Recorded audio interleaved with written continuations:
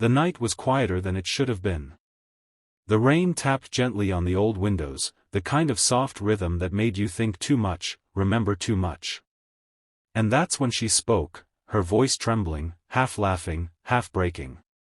"Is there space left in your bed?" she asked, standing there in my doorway, soaked from the storm, eyes holding that familiar look, the one that used to undo me completely. I should have said something simple, something safe. But instead, the words slipped out before I could stop them. "What if you said you wanted to stay forever?" It started months before that night, long before the rain and the questions that came with it. We weren't strangers, not anymore.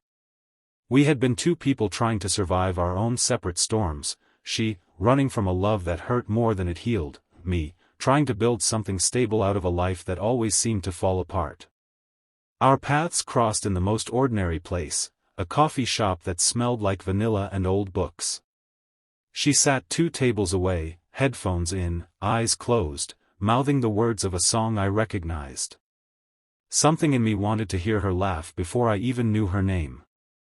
The first conversation we ever had was about nothing and everything, the kind where you forget what time it is and start telling secrets you didn't know you remembered. She told me she hated being called strong, because people only said that when you had no choice but to be. I told her I'd stopped believing in right timing, because life never seemed to wait for anyone to be ready. We met again and again after that, not by plan, but by gravity. 2 people pulled toward each other even when both were afraid of what that meant. By the time autumn came, she had learned where I kept the mugs, and I had memorized the way she tied her hair when she was lost in thought. We didn't need to label what we were, it was something between healing and holding on. But love, even the soft kind, comes with edges. And ours began to cut when her past started calling back. Her ex, the one who had made her doubt everything good, began leaving messages again.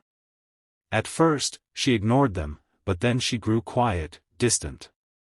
I could feel her slipping, the way people do when they start convincing themselves they don't deserve peace. The night before she left, she sat beside me on the porch. The air was cold, but she wasn't shivering, she was just somewhere else. "I think I need to figure things out," she said softly, not meeting my eyes. I wanted to say, "You already are," but the truth was, I knew she needed to go. Sometimes, love isn't about holding someone tighter, it's about giving them the space to breathe. So I let her go. No promises, no anger. Just a quiet understanding that some stories pause before they finish. Days turned into weeks, weeks into months. I kept myself busy, new projects, late nights, half-written letters I never sent. But she never really left. Her laughter still echoed in the corners of my apartment, her scent still lingered on the old hoodie she used to steal. I tried to move on, but love, real love, doesn't vanish. It just waits. And then came that night. The storm was brutal, thunder cracking like the world was breaking apart. I was half asleep when I heard the knock.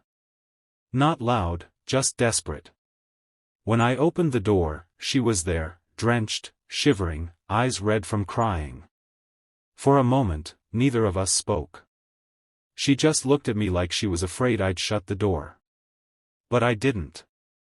I couldn't. She stepped inside, her voice barely a whisper. I didn't know where else to go. I wanted to say she could have come sooner. That I never stopped waiting. But instead, I reached for a towel and wrapped it around her shoulders. "You're home," I said simply. We sat in silence for a while, the sound of rain filling the room. Then she turned to me, her voice trembling, "Is there space left in your bed?" That question wasn't about sleep. It was about forgiveness, about whether I still had room in my heart for her. I took a breath, looked at her, really looked. The fear, the hope, the exhaustion of someone who had been fighting too long. "What if you said you wanted to stay forever?" I replied. Her tears fell before she smiled, small and real. She didn't answer with words. She just leaned in, resting her head on my shoulder like she used to, and in that moment, the world stopped breaking. The morning after was quiet, but not the lonely kind. She told me everything, the sleepless nights, the mistakes, the way she realized that peace wasn't a place but a person. We talked until the light filled the room, until we found the courage to believe that maybe, just maybe, broken people could still build something whole. And that's what we did. Slowly, honestly, imperfectly. Some days were hard, some nights we'd argue and forget why. But love, the kind that survives, isn't about never falling apart. It's about choosing to rebuild, again and again. By the time spring came, we had learned the art of staying. The house wasn't just mine anymore, her books filled the shelves, her laughter filled the air, and the bed she once asked about had long become ours. Sometimes, when the rain starts tapping on the windows again, she'll smile and say, "Remember that night?" And I'll nod, because how could I forget? That was the night we stopped running. The night we stopped pretending that love needed to be perfect to be real.